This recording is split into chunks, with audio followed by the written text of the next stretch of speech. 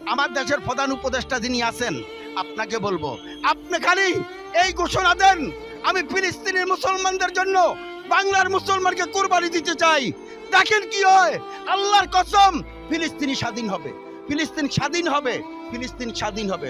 প্রিয় দেশবাসী, আমি আপনাদেরকে একটা কথা বলি, আপনারা রাতে 8 টাকার তাহাজ্জুদের নামাজ পড়বেন, 8 টাকার তাহাজ্জুদের নামাজ পড়বেন।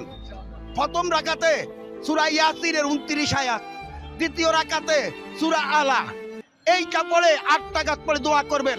আল্লাহুম্মা ইন্নী আসআলুকা বিআন্নাকা আনতাল্লাহ লা ইলাহা ইল্লা আনতাল আহাদুন সামাদুন আল্লাযী লাম ইয়ালিদ ওয়া লাম ইউলাদ ওয়া লাম ইয়াকুল লাহু কুফুয়ান আহাদ।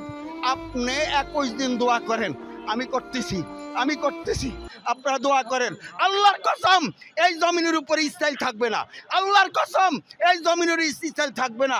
মুসলমানের ভূমি তোমরা দখল করবা, আল্লাহ তোমাদেরকে চিনাই না, আবার আমাদের কাছে দিবে। ওয়া মা আলাইনা ইল্লাল বালা।